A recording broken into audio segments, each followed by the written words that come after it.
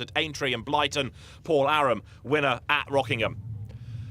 The 5-second board is displayed then. The drivers in a moment will look to the lighting gantry. Lights go red as soon as those red lights go out. Now we are racing. A sluggish start there being made. I think it was from Steve McCulley from the third row. But Paul Aram gets away well. Now, can he outdrag the poleman? David Webber on the run down towards Clairvaux corner. I fear the answer is going to be no, because up on the inside goes Webber through Clairvaux. He snatches the lead. A 1 or 2 run really wide. Sideways indeed there was Philip Jerome. 1 or 2 just skimmed the gravel, but they've all escaped the first corner. Webber with a touch of understeer leads the way as the cars work their way through Hawthorn, and there's contact straight away, I'm afraid, as Graham Williams bounces off Steve McCulley. McCulley ends up on the Rallycross circuit.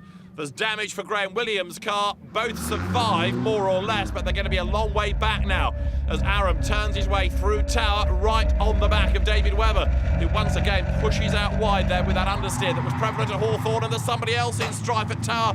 Martin Emkes spins and he gets collected as well. Ian Wakelin did the collecting. His is the car that's on the track going the wrong way.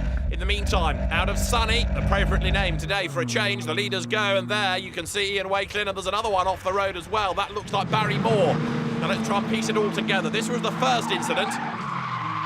Graham Williams tags Steve McCulley, and then as he comes across the road, sideswipes Barry Moore.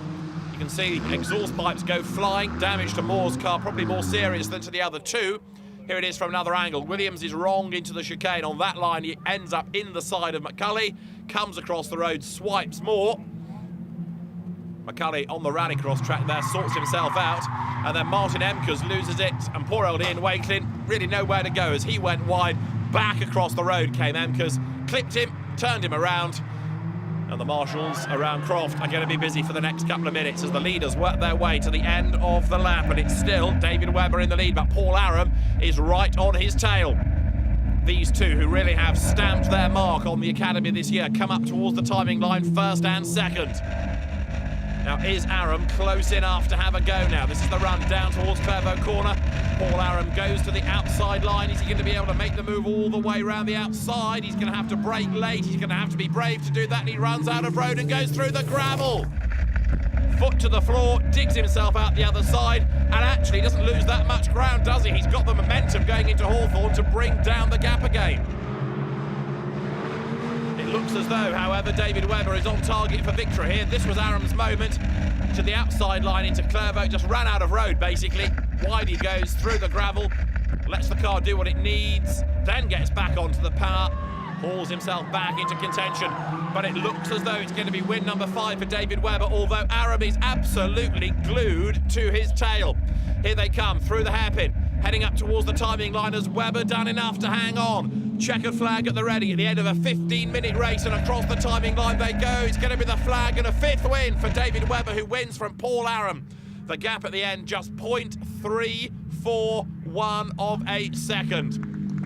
Third over the timing line is Robert Ryder with a whole gaggle of cars behind him. And there is Philip Jerome heading his way up towards the timing line. He is going to round out the top 10.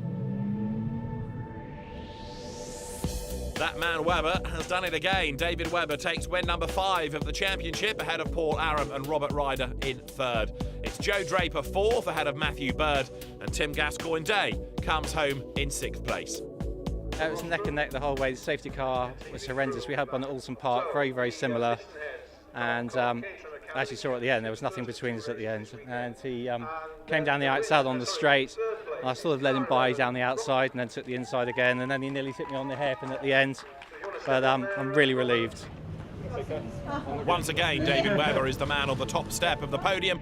He has a 6-point advantage with just 1 round to go, so it's still up for grabs between Webber and Paul Aram. Robert Ryder could, if Aram has a bad day at Silverstone, just jump up to 2nd. Then it's Gascoigne-Day and McCulley tied for 4th ahead of Graham Williams.